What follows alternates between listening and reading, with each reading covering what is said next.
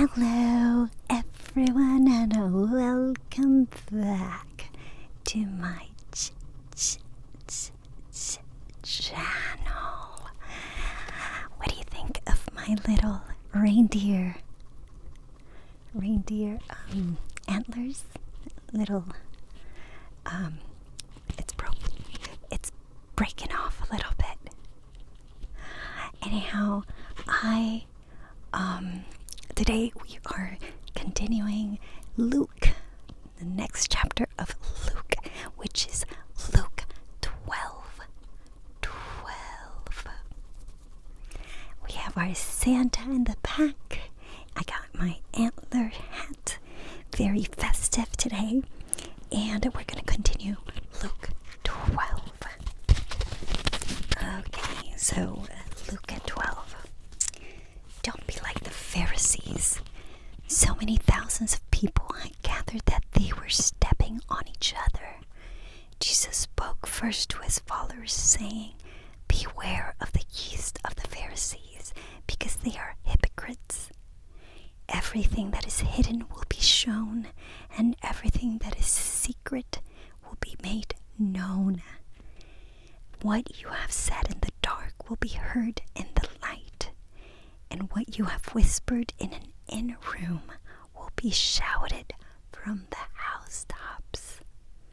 I tell you, my friends, don't be afraid of people who can kill the body, but after that can do nothing more to hurt you. I will show you the one to fear. Fear the one who has the power to kill you and also to throw you into hell. This is the one you should fear.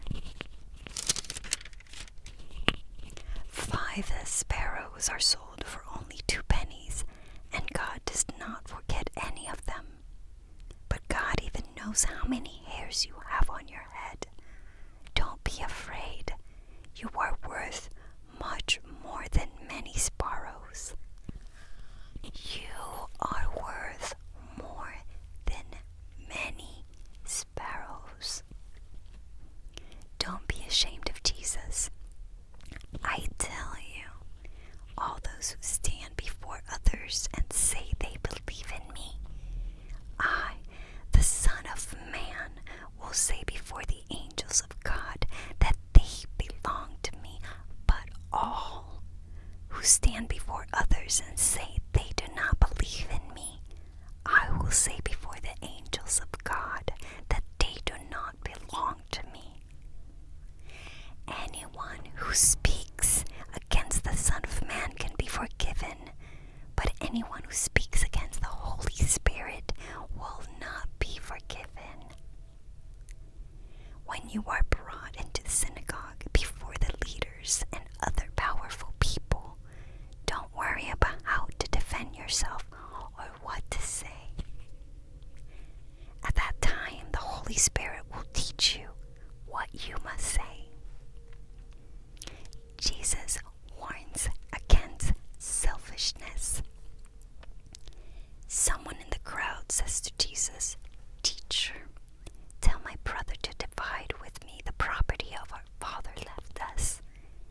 But Jesus said to him, "Who said I should judge or decide between you?" Then Jesus said to them, "Be careful and guard against all kinds of greed. Life is not measured by how much one owns." Then Jesus told this story. There was a rich man who had some land which grew a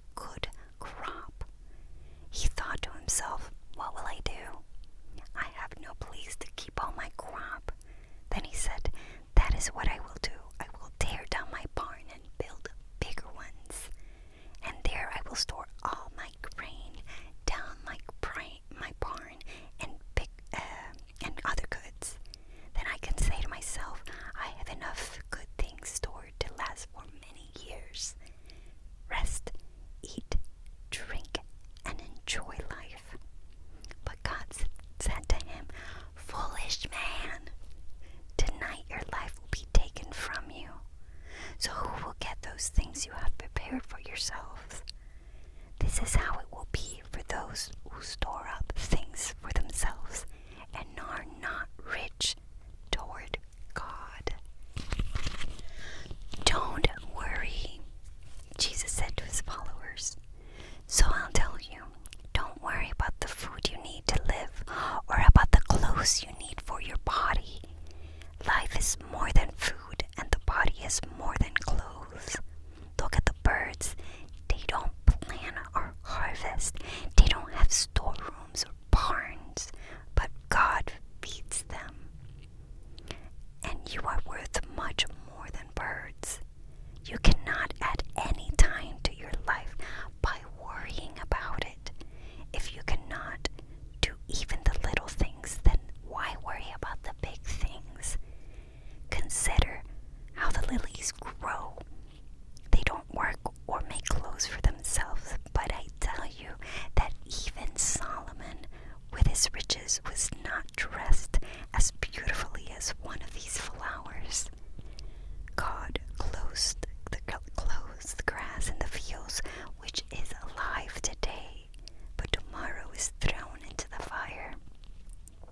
So how much more will God clothe you? Don't have so little faith. Don't always think about what you will eat or what you will drink, and don't keep worrying. All the people in the world are trying to get these things, and your Father knows you need them. But seek God's kingdom, and all the other things you need will be given to you. Seek God's kingdom, and all the other things will be given to you. So focus on God first. Focus on the kingdom. Don't trust in money. Don't fear, little flock, because your Father wants to give you the kingdom. Sell your possessions and give to the poor. Get yourself purses that will not wear out, the treasure in heaven that never runs out, where thieves can't steal and moth can't destroy. Your heart will be where your treasure is. Always be ready. Be dressed, ready for service, and have your lamps shining. That means your heart. Be like servants who are waiting for their master to come home from a wedding party. When he comes and knocks, the servant immediately opens the door for him. They will be blessed when their master comes home, because he sees that they were watching for him, waiting. I tell you the truth, the master will dress himself to serve and tell the servant to sit at the table, and he will serve them. Those servants will be happy when he comes in and finds them still waiting, even if it's midnight or later. Remember this: if the owner of the house knew what time a thief was coming, he would not allow the thief to enter his house. So you also must be ready, because the Son of Man will come at a time when you don't expect him. Who is the trusted servant? Peter said, Lord, did you tell this story to us or to all people? The Lord said, who is this wise and trusted servant that the master trusts to give to other servants their food at the right time? When the master comes and finds a servant doing his work, the servant will be blessed. I tell you the truth. The master will choose that servant to take care of everything he owns. But suppose the servant thinks to himself, my master will not come back soon, and he begins to beat the other servants, men and women, and to eat and drink and get drunk. The master will come when that servant is not ready and is not expecting him. Then the master will cut him a piece and send him away to be with the others who don't obey.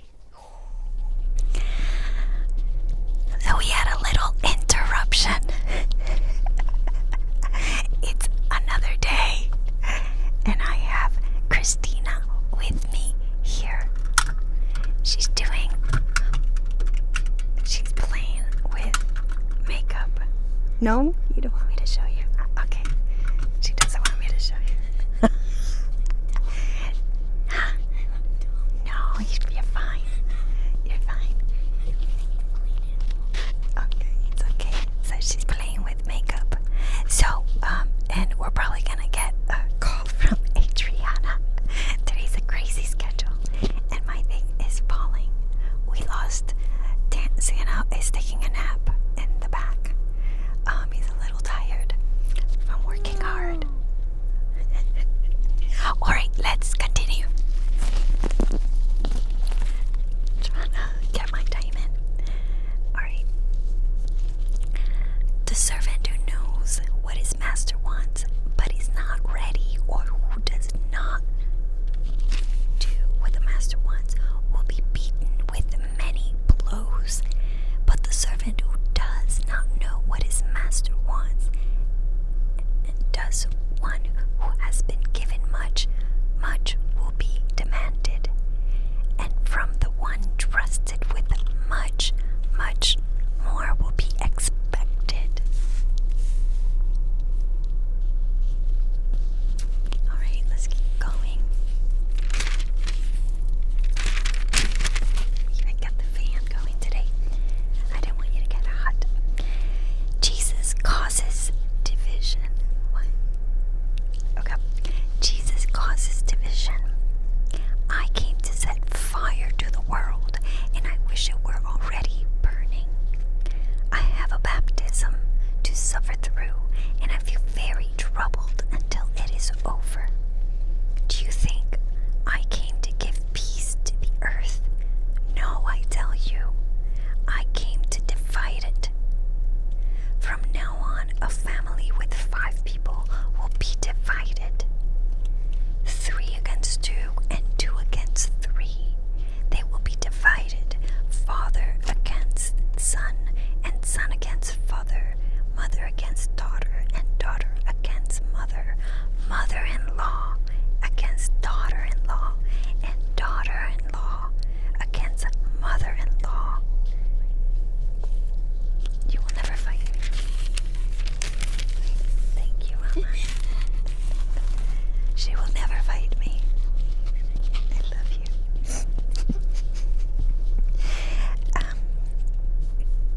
This is just Jesus is trying to be firm. He's trying to be firm. Okay. Understanding the times. Then Jesus said to the people, when you see clouds coming up in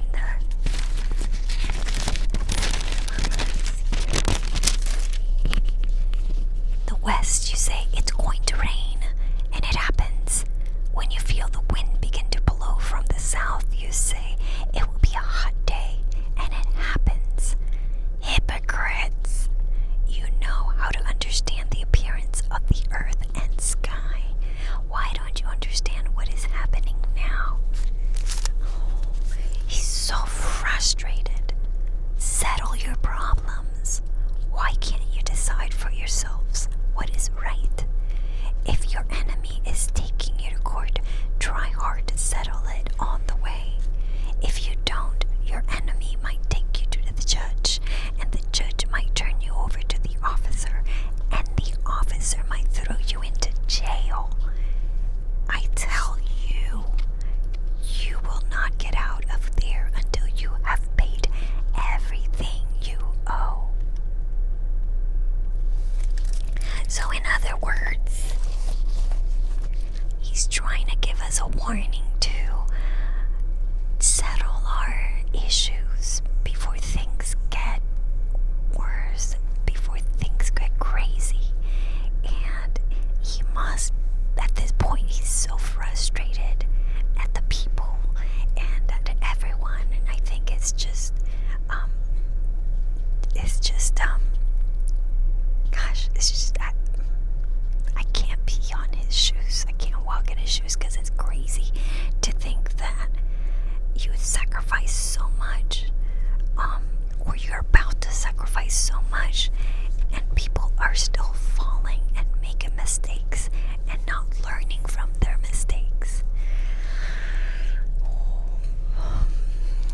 But He has a plan, and he's here to comfort us no matter what. So I think that's just the ending time with what Jesus was going through. So you want to show your face? You still got makeup in your face. Yeah, right. You look like you got beat up. So anyways, thanks again for watching this video. Here's my little one. She's trying to pop her head in. And you're gonna go to the back. Alright, they're gonna see you. Hope you guys have a great day and a great evening. And I hope you guys no, I said that already. Have a good day. Goodbye. We'll see you next time. Bye. You're down there with Santa. That's Santa Claus right there. Wake up. No, he's sleeping. He's resting. He's got a busy day coming up. Alright guys, we'll see you next time. He's broken. Okay, he's got time to fix himself. Alright, we got another Santa there too. We got a replacement. We got two.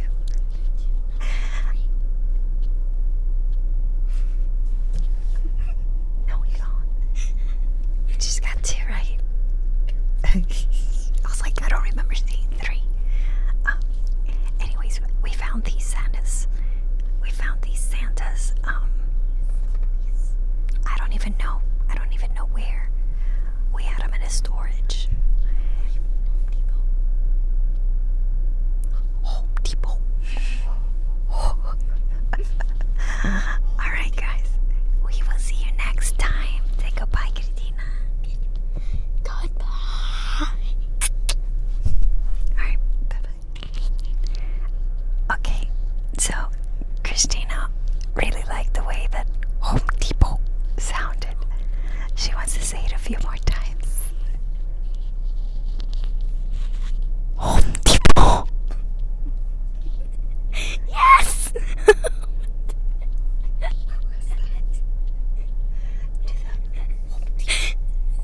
Home Depot. Home Depot. I can't. You can't. I can't. Home Depot. Home Depot. I like the way that sounded. Home Depot. So do I. Home Depot. I don't know what's going on. I can barely hear myself. It's an ASMR video. What? Because it's an ASMR video. No, I meant like I can barely hear myself. I can hear myself when I whisper, but I can't hear myself when I whisper too softly. Do you even know what I said? No, but we can play it back and figure out what you said. Alright guys, we'll see you next time. Home Depot. Home Depot.